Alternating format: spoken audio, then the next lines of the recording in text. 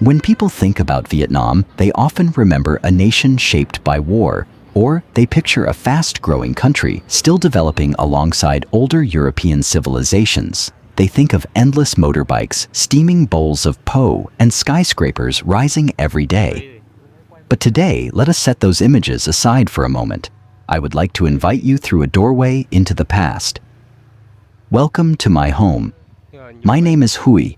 I am a 30-year-old man working a low-income job. Many people here earn only about $200 each month. And this is Binh Minh Collective Housing. Built in 1974, before my country was fully reunified, this place has witnessed generations. There are no elevators here. There are no grand lobbies or luxurious entrances. The buildings are old. The concrete is cracked and weathered. But look closely. Life here has never faded away. For me, and hundreds of residents still living here, this is more than housing. This place is a living museum.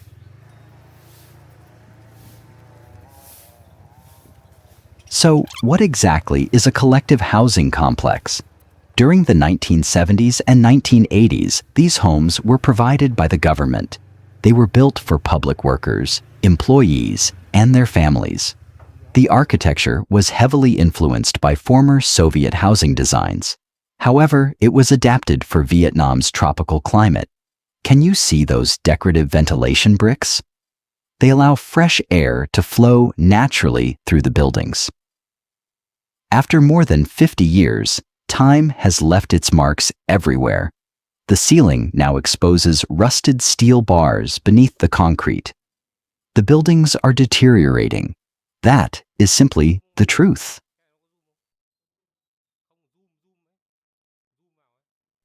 But can you see how nature embraces these structures? Plants weave themselves into the aging concrete. Residents use every small balcony for plants and drying clothes. The result feels chaotic. Yet, it is beautiful in a strangely captivating way. In the West, you might call it raw beauty. For us, it is the signature of survival. The most remarkable part is not the buildings. It is the people. This is the community hall. It is the heart of the entire neighborhood. Everything happens here. Community meetings take place here. Children run and play here every day. Mothers and grandmothers gather here, preparing vegetables and sharing stories. Unlike modern apartments, neighbors here know each other well. People do not live behind closed doors. They live like one large family. Private space is limited, so people naturally share common spaces together. Have you noticed the bright red flags beneath those pink bougainvillea flowers? This is a familiar sight during Vietnamese holidays and celebrations. History, politics, and nature blend together in a uniquely Vietnamese scene. I grew up here. This place has been part of my life for as long as I remember. I have lived here long enough for it to become part of me. Every dark stairway holds memories. Every creaking bicycle passing through these narrow alleys tells a story. Many people believe places like Binh Minh have completed their historic mission. One day, they may be demolished for new commercial developments. That may be true, but as long as this place still stands, it remains part of the city's soul. It is a silent witness to difficult times filled with human warmth. Beyond the noise of tourist attractions lies a different side of Vietnam. It lives within the moss-covered walls of old housing complexes. Sit at a small cafe beneath the stairway. Hold a glass of iced coffee in your hand, and you can feel the simple heartbeat of this land. Quay liền một mạch luôn nhé, đi xuống.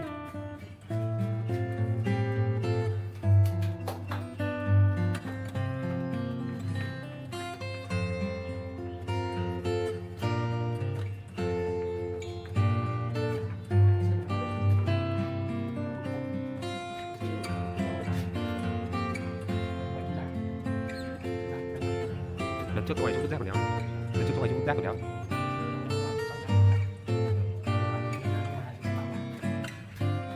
À, đây là tầng 3.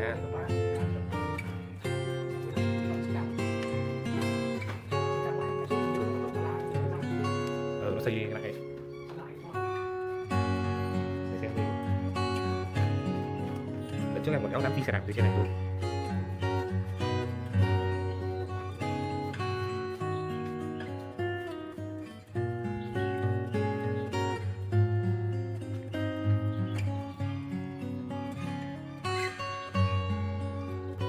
Đi thẳng đi thẳng.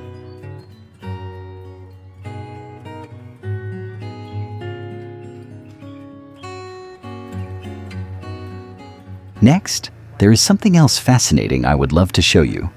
Come outside with me and enjoy some fresh air. Just a few steps from the old apartment complex, everything begins to change. You will discover a completely different world. A peaceful riverside road winds gently along the water, just like you see here. For local residents, this riverbank is our green lung. It is where everyday worries seem to pause for a while. Take a look at the houses lined closely together across the road. In Western countries, suburban homes often come with spacious gardens. But in Vietnam's older cities, land is an extremely valuable resource. As a result, people developed a unique architectural style. We call them tube houses. These homes usually have narrow frontages. However, they extend deep inside and rise vertically over several floors. Every house here feels like an independent work of art. No two houses look exactly alike. Some are painted in nostalgic shades of yellow. Others embrace modern designs with balconies filled with greenery. Together, they create a colorful architectural landscape. It looks like a real-life game of Tetris. Families often add new floors as their households grow larger. Additional floors also appear when economic conditions improve. Because of this, each floor often belongs to a different generation. These tube houses become living time capsules. They preserve the story of a family across many decades. During early mornings and late afternoons, this riverside road comes alive. The blue railings frame scenes of everyday life.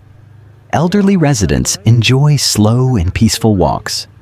A few men patiently sit by the water, waiting for fish.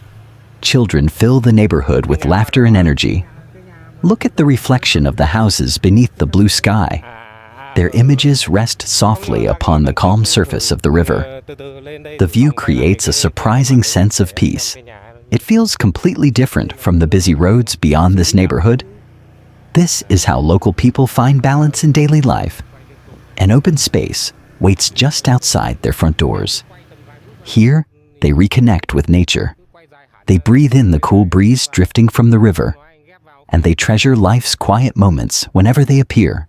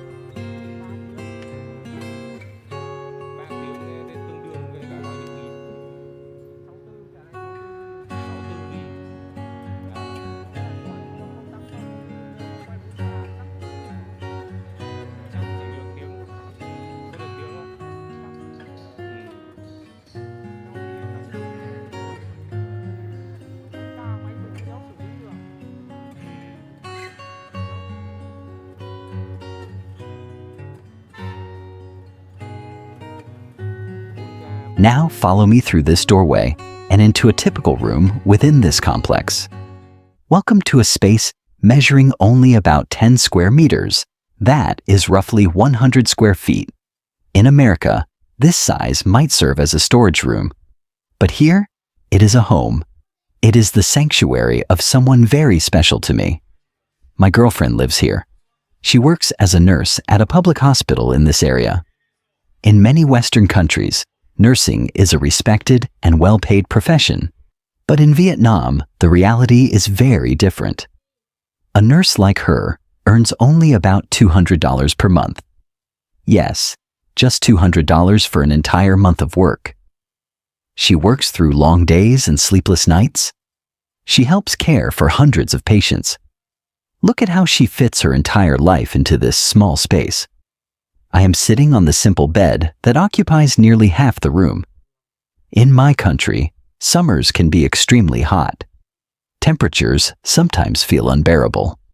Her only defense against the tropical heat is that green electric fan. It stands faithfully beside her bed. Next to it sits a colorful fabric wardrobe. It is a practical solution for keeping a small room organized. Every corner here tells a story. The faded blue walls carry the marks of passing years. Her cosmetics and daily necessities rest neatly on a handmade wooden table. Together, they reveal a story of resilience and determination. After 12-hour hospital shifts, she finally returns home exhausted. Every day she works close to life's most fragile moments. And this tiny room becomes her place of peace. It is where she rests and restores her strength. To many people, this room may seem cramped and modest. But to me, it is filled with warmth. It reminds us of something important. Happiness is not measured by the size of a home. Peace is not measured by square footage. They are measured by how much love fills a space. Many people believe places like Binh Minh have fulfilled their historic purpose. Sooner or later, they may be replaced by modern commercial developments. That may be true, but as long as these buildings remain standing, they still matter. They remain part of the city's soul. They are silent witnesses to difficult times, and they stand as symbols of humanity, resilience, and community.